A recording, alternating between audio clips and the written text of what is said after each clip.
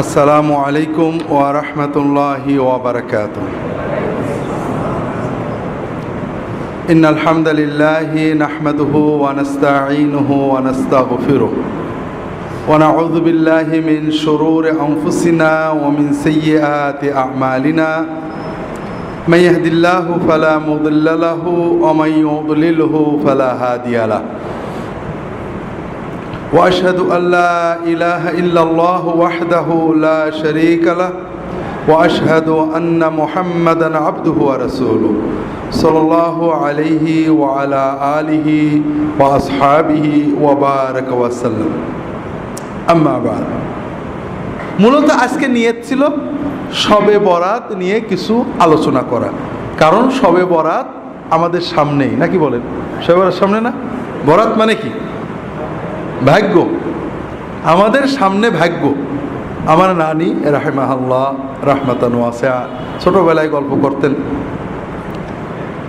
চুটকি আর কি। এক কানা অন্ধ ফকির রাস্তা দিয়ে যাচ্ছে,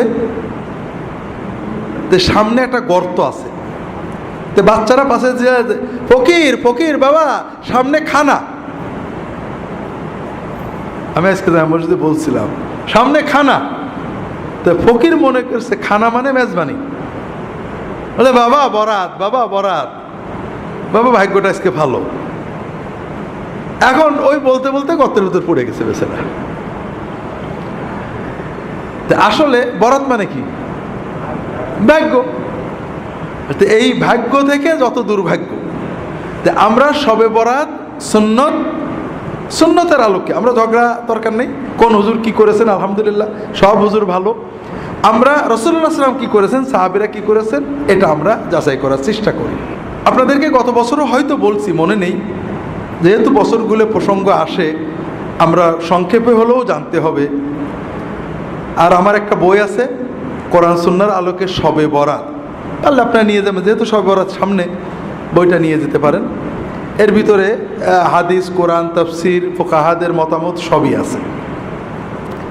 মুখতাসার হলো, প্রথমত আমরা এখানে সুন্নাত শিখতে আসছি, ঠিক না? সুন্নাত নবীজির সব কিছু। নবীজি যেভাবে বসতেন সেভাবে বসা কি, যেভাবে হাঁটতেন সেভাবে হাঁটা কি, যে শব্দ ব্যবহার করতেন সেটা ব্যবহার করাও সুন্নত। শবে বরাত শব্দ নবীজি ব্যবহার করেননি, সাহাবীরা করেননি, তাবেঈনরা করেননি। এটা প্রায় 500 বছর পরে তৈরি হয়েছে। আমরা আজকে কেন্দ্রীয় মসজিদে আলোচনা করছি। রাসূলুল্লাহ সাল্লাল্লাহু আলাইহি ওয়াসাল্লাম যে পরিভাষা ব্যবহার করেছেন সেটা কি? লাইলাতুন নিসফে মিন শাবান, মধ্য শাবানের রাত। আমরা চেষ্টা করব এই সুন্নতটাকে জিন্দা করার। শবে বরাত নাজায়েজ না, শবে বরাত বলা নাজায়েজ না, কিন্তু নিসফে শাবানের রাত বলা, মধ্য শাবানের রাত বলাটা সুন্নত। আমি বললাম কোরআন হাদিসে শবে বরাত বলে কিছু নেই, কারণ শবে বরাত শব্দ নেই। হয়তো আমি একটু পরেই বলবো যে শবে বরাতের রাত্রে আপনারা এই আমল করতে পারেন, আমি আবার শবে বরাত বললাম, তাহলে বোঝা গেল আমার কন্ট্রাডিকশন। একবার বলছি কোরআন হাদিসে নেই, আবার বলছি শবে বরাতে আমল করবেন। আসলে আমরা বলতে যাচ্ছি শবে বরাত পরিভাষাটা ব্যবহার করা কোরআন হাদিসের দিন না, এটা বললে সওয়াব হবে, এটা কোনো দিন না। তবে সমাজে প্রচলন হয়ে গেছে, আমরা অনেক সময় নামাজ বলি, অনেক সময় সালাত বলি, আমরা অনেক সময় রোজা বলি, অনেক সময় সিয়াম বলি। সিয়াম, সালাত এগুলো ইসলামী পরিভাষা। রোজা, নামাজ এগুলো সিয়াম বা সলাতের তর্জমা না, এগুলো আরেকটা পরিভাষা, ফার্সি পরিভাষা, যেটা আমাদের সমাজে আছে। তারপরেও এটার অর্থ আমরা বুঝি সালাত, এটা বলাতে কোনো দোষ নেই। নামাজ বললে, রোজা বললে কোনো দোষ হবে না, কারণ আমরা সবাই বুঝি নামাজ বলতে মুসলমানদের এই সালাত সিস্টেম বোঝানো হচ্ছে। আবার অনেক বিষয় আছে যেটা আরও দূরে, যেমন আমরা অনেক ঝগড়া করি, আমার বিরুদ্ধে সবারই অভিযোগ, আমি মাঝে মাঝে বলি কোরআন হাদিসে পীর বলে কিছু নেই। আবার আরেক জায়গায় বলছি অমুক পীর সাহেব, আমাদের পীর সাহেব এটা বলেছেন। এই দেখো আব্দুল্লাহ জাহাঙ্গীর খালি কন্ট্রাডিক্টরি কথা বলে। একবার বলছে কোরআন হাদিসে পীর বলে কিছু নেই, আর বলছে আমাদের পীর সাহেব এটা বলেছে। বিষয়টা ওরকম না। আপনি কথাটা শেষ পর্যন্ত শুনলে কি আছে বুঝবেন। আমি বলবো কোরআন হাদিসে নামাজ নেই কিন্তু সালাত তো আছে, রোজা নেই কিন্তু সিয়াম আছে। এখানে আরেকটু দূরত্ব আছে। এখানে পীর কথাটা ফার্সি, এটা আরবি হলো শেখ। কোরআন হাদিসে পীরও নেই, শেখও নেই, অর্থাৎ ফার্সিটাও নেই, আরবিটাও নেই। নামাজের ফার্সি নেই, আরবিটা আছে। রোজার ফার্সি নেই, আরবিটা আছে। কিন্তু পীরের ফার্সিও নেই, আরবিও নেই, কিন্তু আছে। এটার একটা মূল সুন্নত কনসেপশন আছে, সেটা হলো সোহবত, সাহেব, সাথী, সাহচর্য। নেককারদের সাহচর্য কোরআন সুন্নাহ নির্দেশিত একটা ভালো আমল। আপনি মসজিদে নামাজ পড়েন, নেককারদের সাথে মেশেন, এটাও সহবত। ইমাম সাহেবের সাথে মহব্বত রাখেন, আলেমদের, এটাও সহবত। আবার নেককার ভালো, যারা সত্যি নেককার, আল্লাহর ভয় আছে, আল্লাহ বলেছেন কুনু মা সাদিকিন, যাদের ইমানের সত্য, লা ইলাহা বলাই সত্য, শিরিক করে না, মুহাম্মদ রাসূলুল্লাহ বলাই সত্য, বিদআত করে না, আমানতু বিল্লাহি বলাই সত্য, সুন্নত মতো আমল করে, তাকওয়াই সত্য, বউয়ের সাথে কথা বলাই সত্য, সমাজে মানে যাদের ভিতরে সত্য প্রতিভাত, যাদের কথা আল্লাহ কোরআনে সূরা বাকারায় বলেছেন সাদেকিন কারা, ইমানের সত্য, জিহাদের সত্য, তাকওয়াই সত্য, সালাত কায়েম করে, অর্থ ব্যয় করে, জাকাত দেয়, সবর করে, এই কোয়ালিটিগুলো যাদের ভিতরে আছে, এই ধরনের সাদেকিন মুত্তাকিন মানুষদের সাথে সহবতে যাওয়া, বসা, সময় দেওয়া, এটা আমাদের জন্য খুবই উপকারী। এটাই পরিবর্তন করে পীর মুরিদি সিস্টেম হয়েছিল। এখান থেকে অনেক শিরিক, কুফর, বেদাত ঢুকেছে। আবার এটার মাধ্যমে দিন প্রচার হয়েছে। একসময় তাতার যুগের পরে মানুষেরা এই জাতীয় সহবতের মাধ্যমেই দিন শিখত। এটার ভালো মন্দ আছে, কিন্তু যেটা আমরা বলতে চাচ্ছিলাম সেটা হলো, একটা হলো কোরআনে ফার্সি নেই, আরবি আছে, যেমন নামাজ নেই, সালাত আছে, কি বলে রোজা নেই, সিয়াম আছে। আর কিছু জিনিস আছে আরবিও নেই, ফার্সিও নেই, কিন্তু মাফহুমটা আছে, যেমন পীরও নেই, শাইখও নেই, কিন্তু সাহেব আছে। ঠিক শবে বরাতও নেই, লাইলাতুল বারাতও নেই। শবে বরাত কি? ফার্সি। আরবি কি? লাইলাতুল বারাত। কোরআনে হাদিসে সাহাবীদের কথায় শবে বরাত নেই, মানে ফার্সি নেই, লাইলাতুল বারাতও নেই। কি আছে? লাইলাতুল নিসফি মিন শাবান আছে। কাজেই আমরা শবে বরাত বা লাইলাতুল বরাত না বলে যদি নিসফে শাবান, মধ্য শাবানের রাত বলি, ভালো হয় না খারাপ হয়? এখানে একটু ইমানটা নাড়াচাড়া করে দেখেন, আপনি নিজেই বুঝতে পারবেন ইমানের হালতটা কি। আপনি একটা তথ্য জানলেন যে রাসূলুল্লাহ সাল্লাল্লাহু আলাইহি ওয়াসাল্লাম জীবনে লাইলাতুল বারাত শব্দটা বলেননি, কিন্তু নিসফে শাবান শব্দটা বলেছেন, অনেকবারই বলেছেন, অনেকগুলো হাদিস আছে। সাহাবীরা বলেননি, তাবেঈনরা বলেননি। এই পরিভাষাটা 500 বছর পরে জন্ম, এটা বলাই কোনো দোষ নেই। কিন্তু আমি যদি নিসফে শাবানের রাত বলি, মধ্য শাবানের রাত বলি, তাহলে রাসূলুল্লাহ সাল্লাল্লাহু আলাইহি ওয়াসাল্লামের কথা মুখ দিয়ে উচ্চারণ করা হয়। আর বরাতের রাত বলি, শবে বরাত বলি, তাহলে এটা হয় না। এখন আমি কোনটা বলবো? কোনটা বললে আমার ধর্মীয় অনুভূতিটা মানে শক্ত হচ্ছে? এখানে 3 শ্রেণীর মানুষ পাওয়া যাবে। কয় শ্রেণী? এক শ্রেণী বলবে আচ্ছা দেখি চেক করে, সবাই শবে বরাত বলে, আবার শুনছি নবীজি বলেননি, দেখি হাদিসে বা অন্তত সাহাবীদের যুগে শবে বরাত বা আরবি লাইলাতুল বারাতটা পাওয়া যায় কিনা, খুঁজে চেক টেক করে যদি পাই ভালো, নইলে শেষ নিসফে শাবান মেনে নিল। এই লোকটা ভালো কাজ করলো। আর একজন বলল, আব্দুল্লাহ জাহাঙ্গীর বলছেন নেই, আন্দাজে তো আর বলিনি, যাক আমি এখন তো নিসফে শাবান বলবো, মধ্য শাবানের রাত বলবো, শবে বরাত আর বলবো না, মুখ দিয়ে বেরোয় গেলে যাবে। তবে নিসফে শাবান বললে একটু খুশি লাগে, আলহামদুলিল্লাহ আমার একটা সুন্নত শব্দ বললাম। শবে বরাত বেরিয়ে গেলে করে দেবে, অভ্যাস মতো বেরিয়ে গেছে, কি করা যাবে। এই লোকটা হালকা ভালো করলো, আগেরটা বেশি ভালো করলো, চেক করে যাচাই বাছাই করে নিল। এটা আমার উপর পূর্ণ আস্থা রাখলো, এটা ভালো না। সব কথা চেক করে নেওয়া ভালো। তৃতীয় আর এক শ্রেণীর মানুষ, আপনি এই কথাটা, আমি নয়, আপনি কালকে এই কথাটা অনেকের কাছে বলবেন, আর এক শ্রেণীর মানুষ বলবেন, হ্যাঁ এত লোকে বলে কিছু বলে, সব কি নবীর মতো বলতে, এই যে আমরা রোজা বলি, নামাজ বলি, এন বলি, তেন বলি, এই বলি, সেই বলি, সব কি নবীর কায়দায় বলতে হবে নাকি? এইরকম লোক আছে না নেই?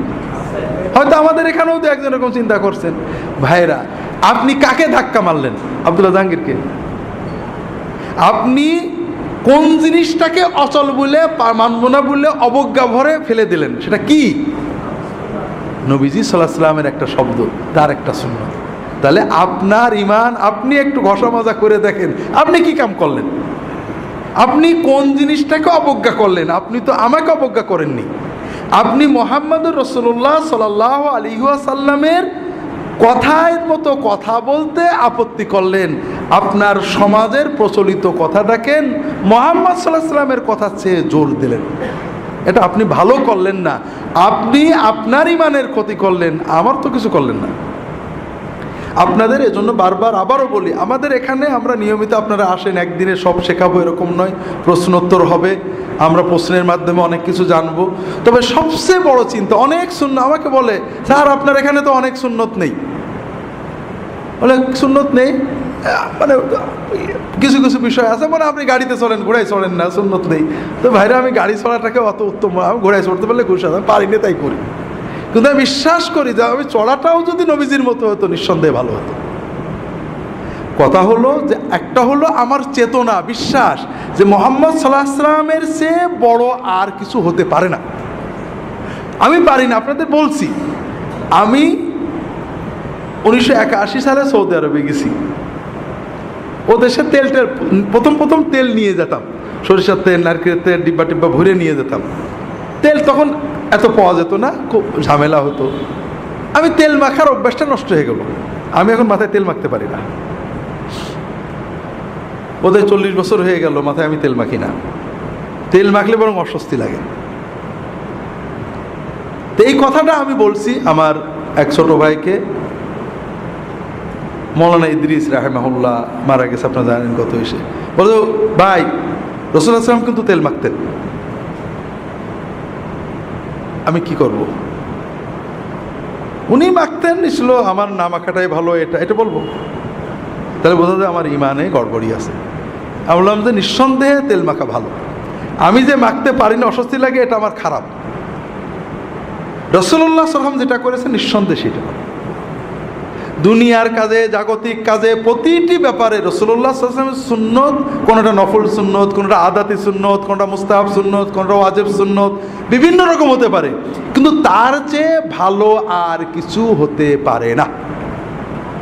আমি চুলগুলো ছোট করে রাখছি। আমি চুল কি টুপি পাগড়ি পরে জামে মসজিদে যাই, কখন খুলবো মাথায় খুব গরম লাগে, কখন খুলবো কখন, টুপি পরে ফুটো ফুটোওয়ালা, ভারী টুপি পরলে, সুন্দর টুপি পরলে মাথা গরম হয়ে যায়। চুল তো বড় বেশি রাখতে পারি না, রাখলে আবার কাটতে হয়। এখন আমি কি এই ছোট চুল রাখাটাকে যুক্তি তর্ক দিয়ে উত্তম বলবো?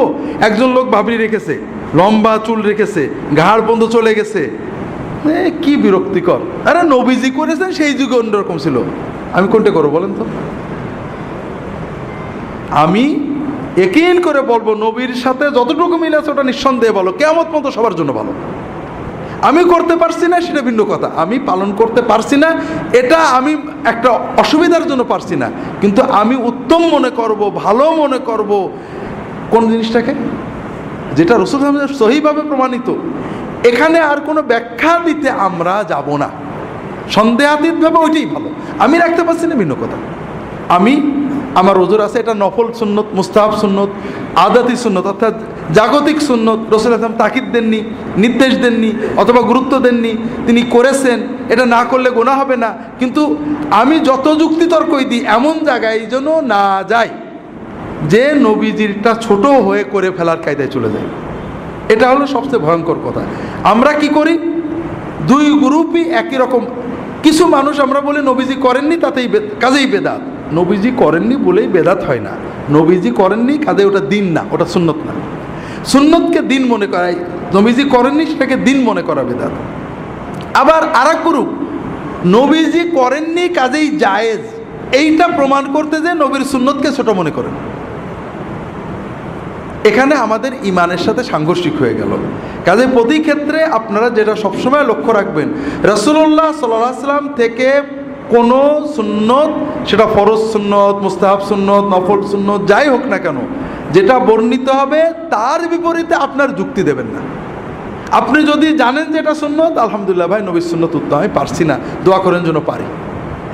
আর যদি না জানা থাকে তা কি করবেন, আমি দেখব, কিন্তু নবীজির সুন্নতের বিপরীতে কোনো জিনিসকে আনবেন না, কোনো ক্ষেত্রেই না।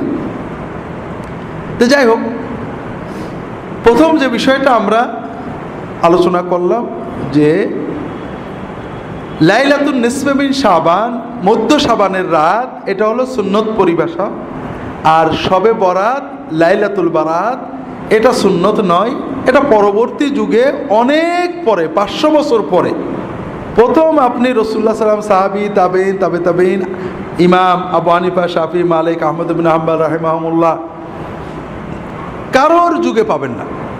অনেক পরে এসে এই পরিভাষাটা জন্ম হয়েছে। দ্বিতীয় পর্যায়ে যাই, সুন্নতের ভিতরে নিরাপত্তা। সুন্নতের বাইরে যেটা, এটা বেদাত না হলেও সমস্যা তৈরি করে। যেমন শবে বরাতের ভিতরে আমরা যখন মধ্য শাবানের রাত, এটা কোনো আলাদা উত্তেজনা তৈরি করে না, কিন্তু যখনই আমি বলবো শবে বরাত, তখন আমাদের ভিতরে একটা নির্ধারিত কনসেপশন তৈরি হয়, এটা ভাগ্য রজনী, এটা মুসলমানদের ভাগ্য রজনী। এই যে ধারণা দিচ্ছে এটাও ঠিক না।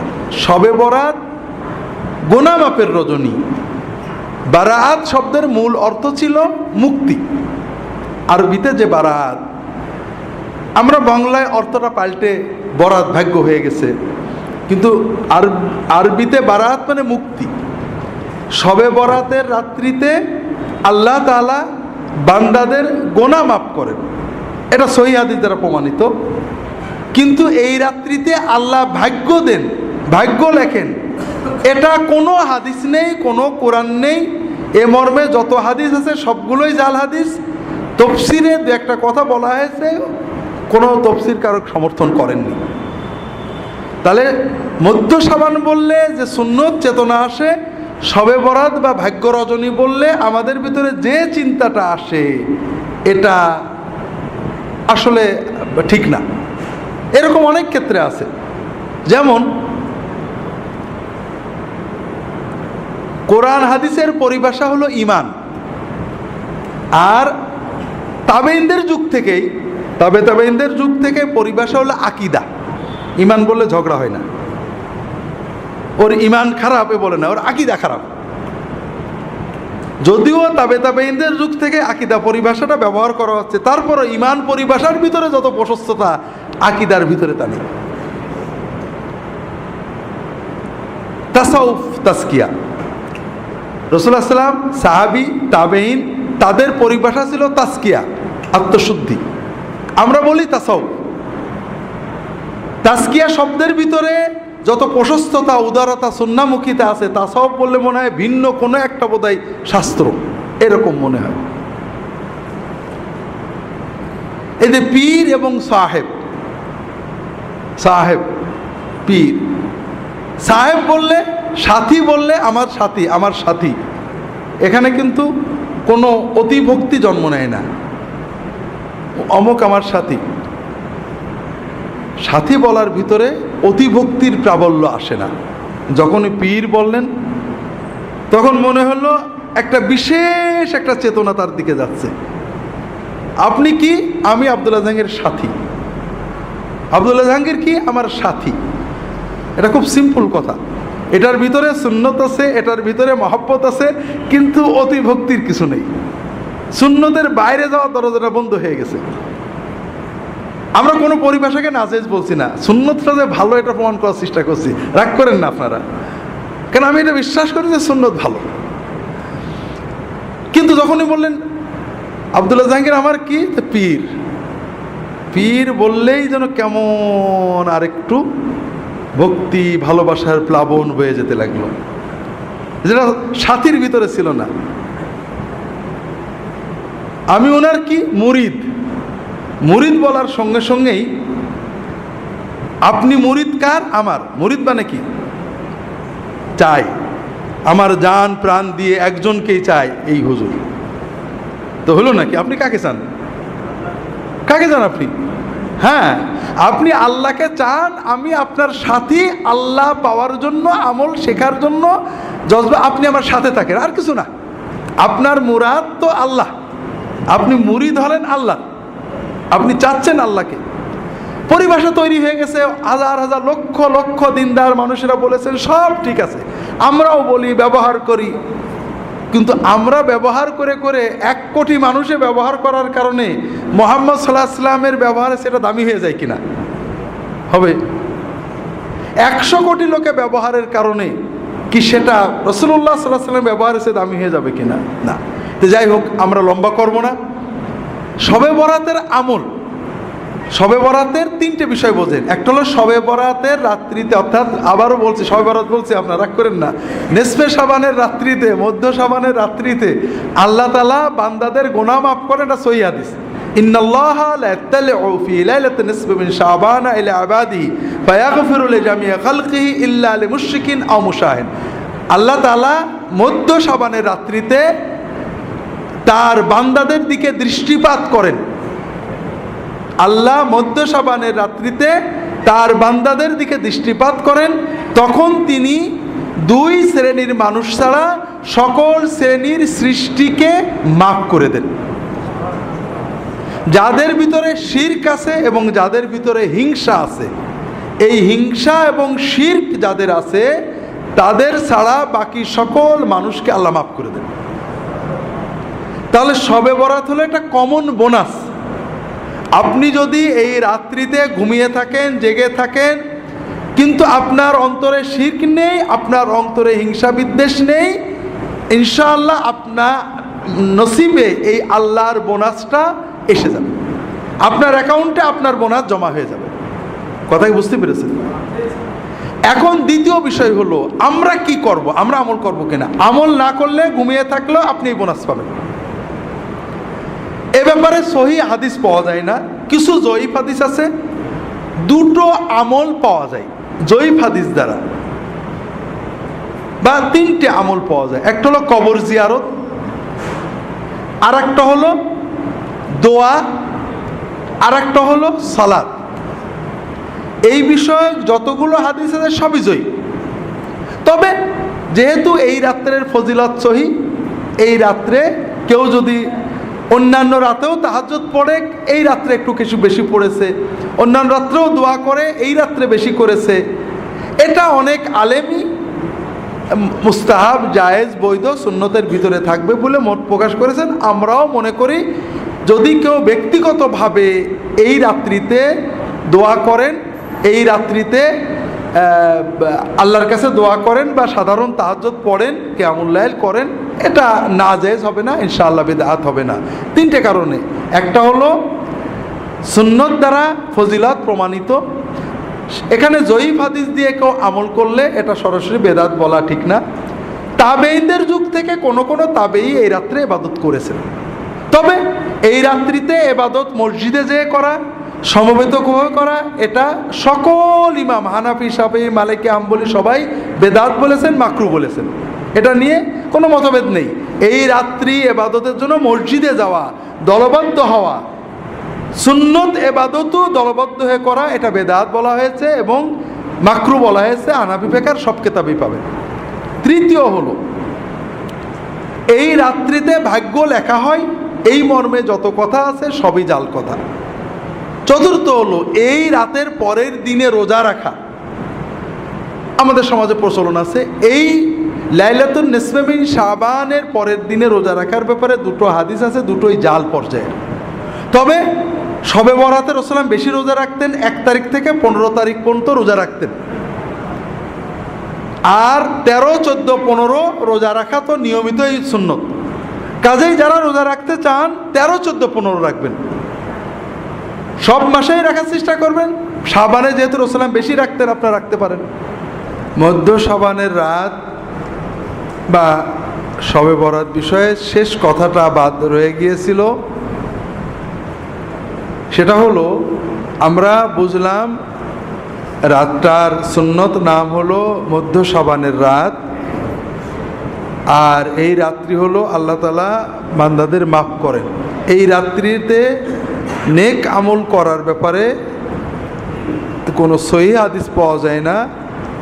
আল্লাহর মাগফিরাতের সহিহ হাদিস আছে, তবে দোয়া করা, সালাত আদায় করা, কবর জিয়ারত করা, এ সকল বিষয়ে জয়ীফ হাদিস আছে।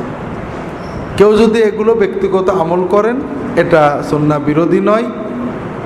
তবে এই রাত্রিতে রুটি খাওয়া, উৎসব করা, বাতি জ্বালানো, এরপরে মসজিদে সমবেত হয়ে ইবাদত বন্দেগী করা, এগুলো বিদআত। এবং প্রায় ফিকহের সকল কিতাবে, হানাফি মাযহাব, শাফিঈ মাযহাব, বিভিন্ন কিতাবে বারবারই এই ধরনের কাজগুলোকে বিদআত বা মাকরু লেখা হয়েছে, মাকরু তাহরিমি লেখা হয়েছে। এখানে একটা বিষয় খুবই জরুরি,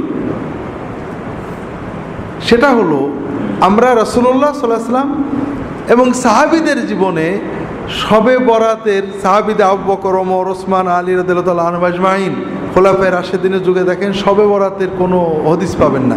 পুরো ইসলামের ইতিহাসে ইবনে কাসির, তবারি, মানে রাসূলুল্লাহ সাল্লামের হিজরত থেকে সাহাবী তাবেঈনরা মসজিদে সমবেত হয়েছেন, অথবা আবু বকর, ওমর, ওসমান তারা এই রাত পালন করেছেন, এরকম কিছু পাওয়া যায় না। এর একটা বড় কারণ হলো, ইসলাম আমাদেরকে জীবন ঘনিষ্ঠ ধর্ম দেয়, বতুরে না। আমরা শবে বরাতে কি জন্য গুরুত্ব দিই? এই রাত্রিতে আল্লাহ দোয়া কবুল করে, এটাই তো মূল, নাকি বলেন?